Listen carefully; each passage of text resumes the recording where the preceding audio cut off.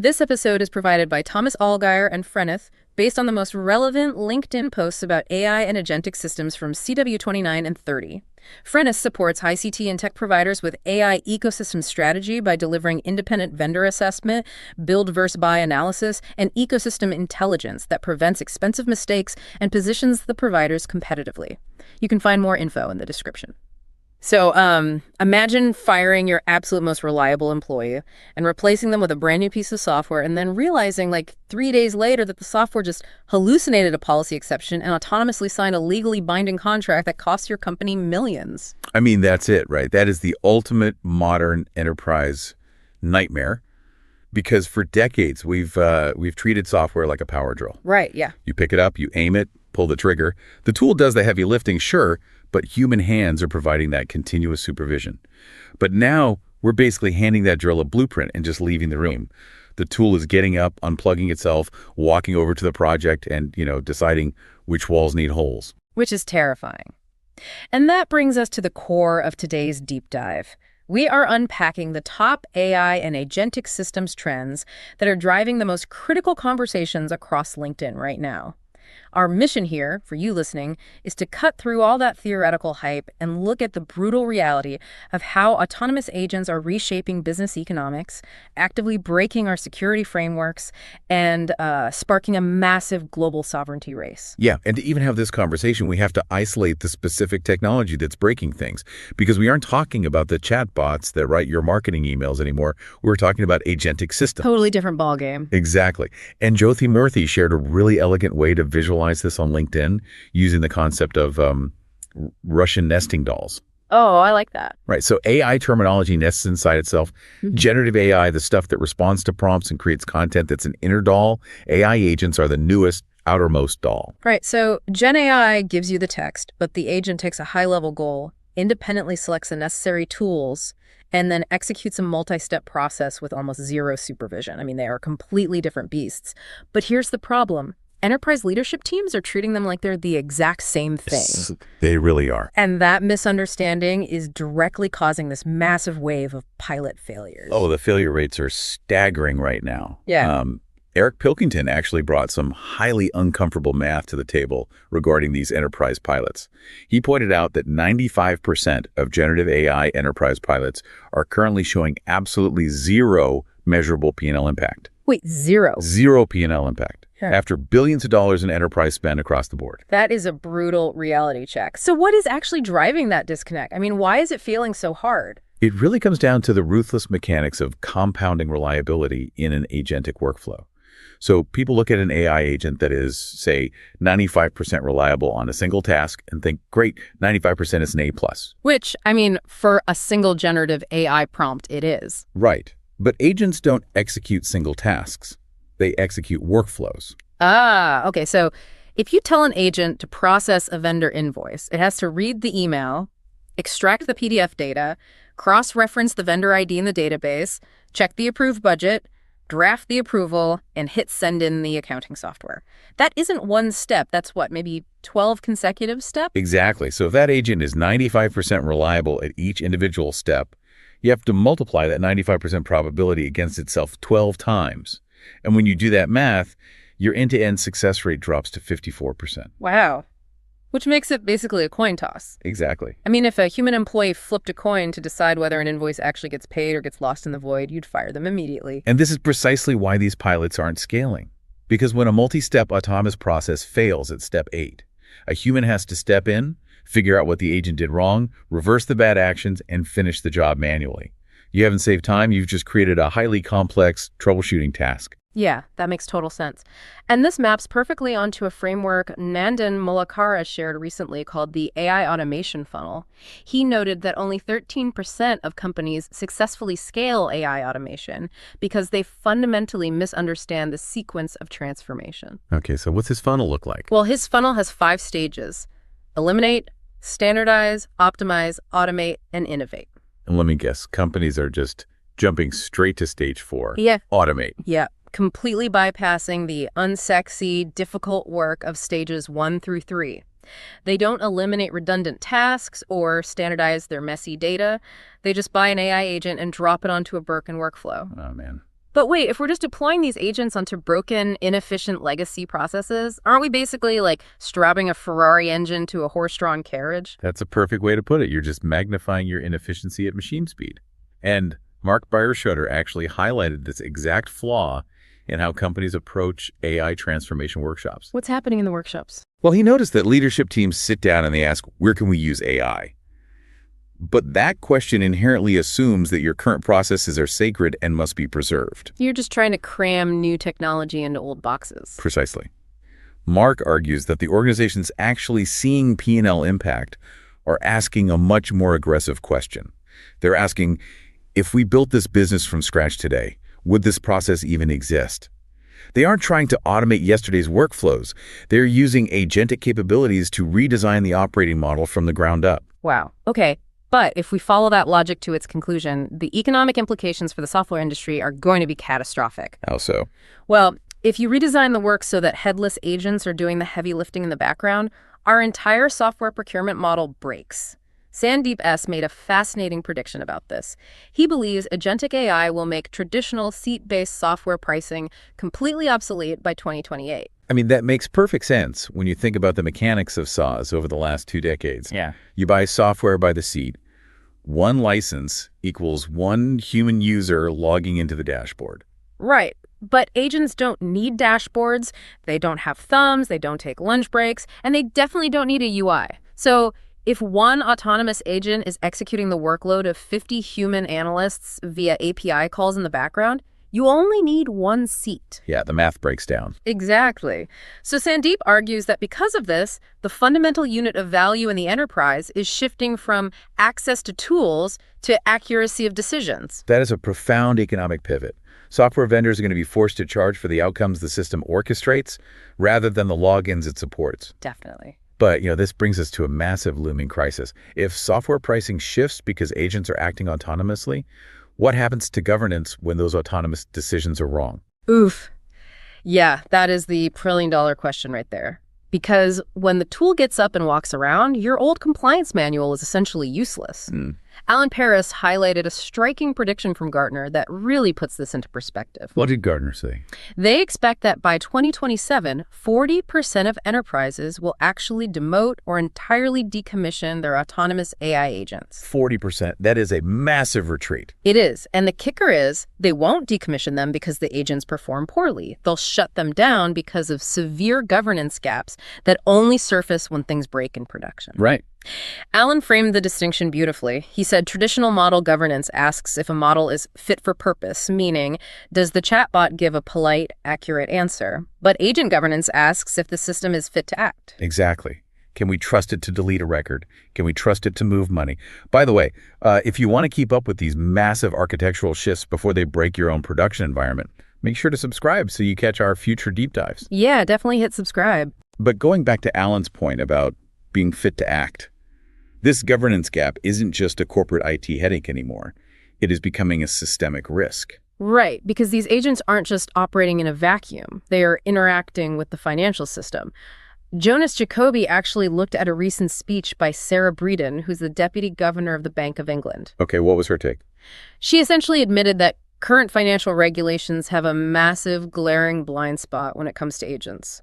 Because the entire global financial regulatory framework assumes there is a human hitting the approve button. Right. The whole system relies on the concept of a human in the loop. Exactly. But at the speed, volume, and scale that autonomous agents operate, relying on a human to verify every single microtransaction, trade, or loan adjustment is just completely unrealistic. Yeah, we're talking about agents autonomously interacting with payment rails, the underlying networks that move money between banks.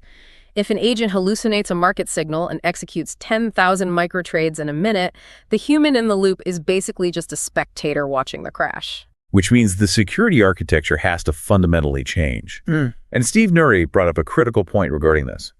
He noted that agents aren't inherently malicious, but to be useful, they require deep, unfettered access. Right. They need to query your databases, read your customer records, cross-reference internal policies, trigger workflows. Because of that access requirement, Steve argues that the data layer itself is becoming the new security boundary. It's no longer enough to just put a firewall around the application layer. Okay, but hold on. If the data layer is the new boundary, aren't we essentially handing a highly capable, autonomous intern the master key to the corporate filing cabinet and just like hoping we can track what they photocopy? We're giving these systems the keys to the kingdom. We are. And that is why securing at the source is no longer optional. You have to build resilience directly into the database. You need to know exactly what the agent pulled, why its logic dictated that pull, and where it routed that information. It requires patching faster than attackers and maintaining a perfect forensic trail. Which sounds like an absolute compliance nightmare, especially for smaller companies that don't have infinite IT budgets. Yeah, it sounds daunting. But there is a really interesting kind of counterintuitive take here. Adam Helbig pointed out that for European small and medium businesses, the EU AI Act shouldn't necessarily be viewed as a crushing compliance burden. Wait, how is a massive regulatory framework not a burden for an SMB? Because that exact governance discipline the Act demands is precisely the blueprint required to make agentic AI reliable enough to deploy. Oh, I see. Yeah.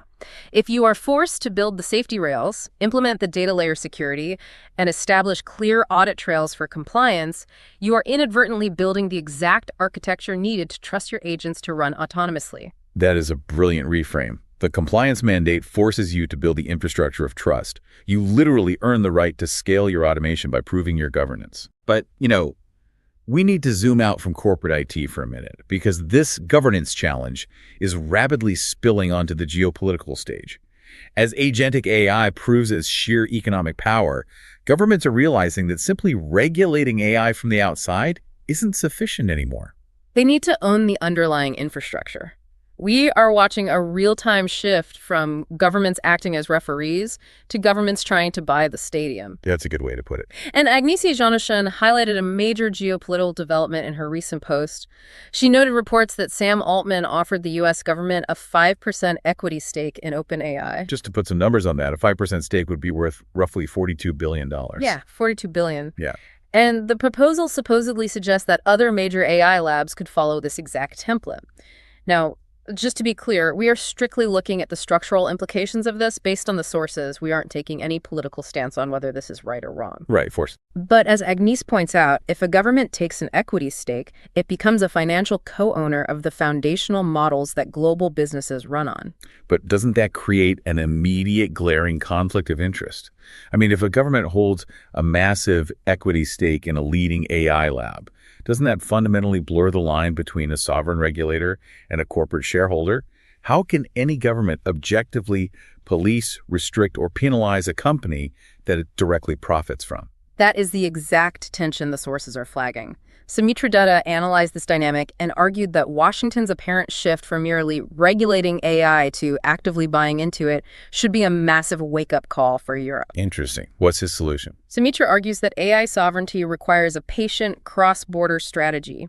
He points to how European nations historically pooled their capital and political will to build Airbus. Ah, that's a fascinating historical parallel. Because Airbus wasn't built by a single startup, right? Yeah. It was a collective sovereign effort to ensure Europe wasn't entirely dependent on American aerospace engineering. So Sumitra is saying Europe needs that exact same collective infrastructure for AI, something robust enough to outlast shifting political winds. And we're actually starting to see that Airbus model take shape, specifically at the language level.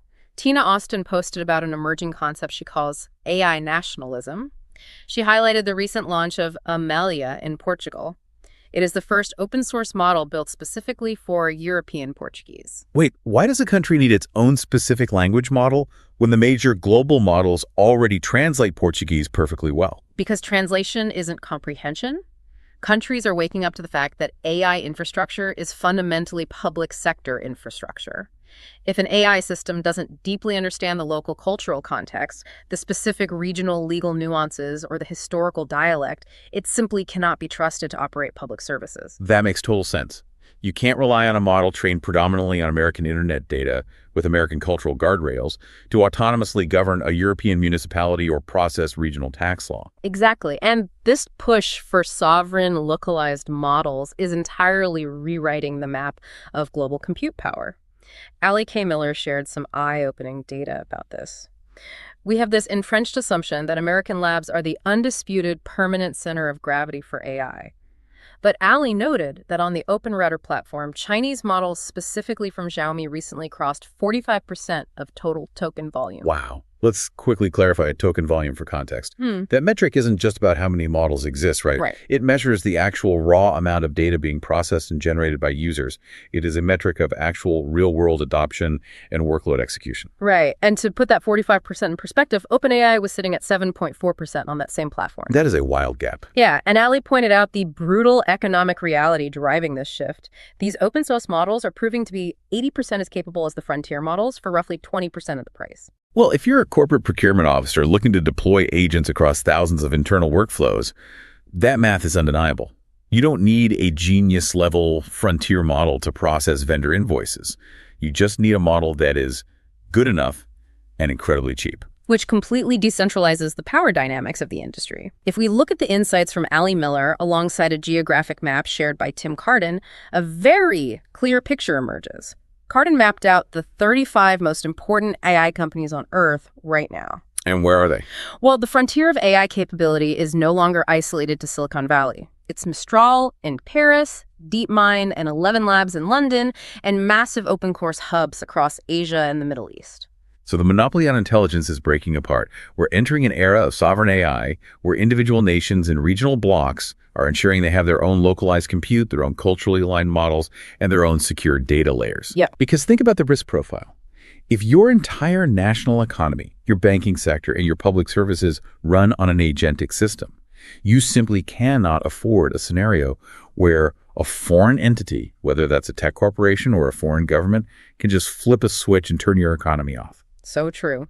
So if we pull all of these threads together, we've tracked a massive evolution today. We started with the sheer failure rate of generative AI pilots because companies didn't understand the compounding math of agentic workflows. We saw how true adoption requires redesigning the operating model, which destroys traditional software pricing. Right. We looked at the critical need to secure the data layer as agents gain autonomy. And finally, how this entire shift is forcing governments to build their own sovereign infrastructure. It's a massive amount of systemic change happening simultaneously.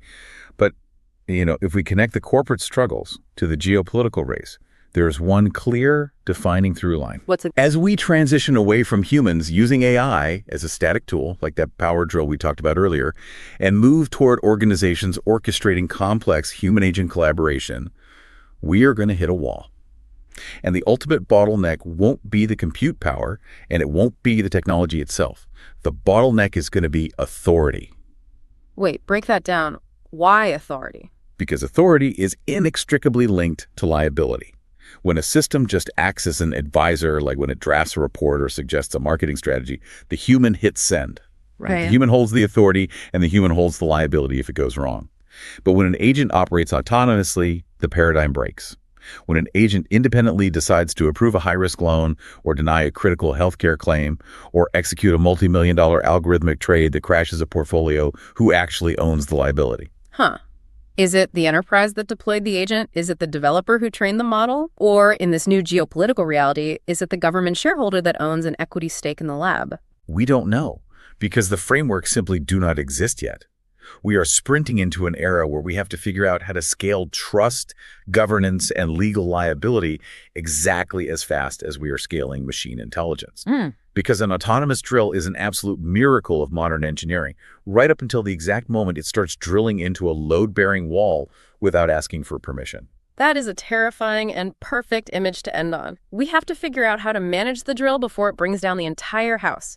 If you enjoyed this episode, new episodes drop every 2 weeks. Also check out our other editions on cloud insights and sovereignty, defense tech, digital products and services, green ICT and sustainable AI, ICT and tech insights, and health tech.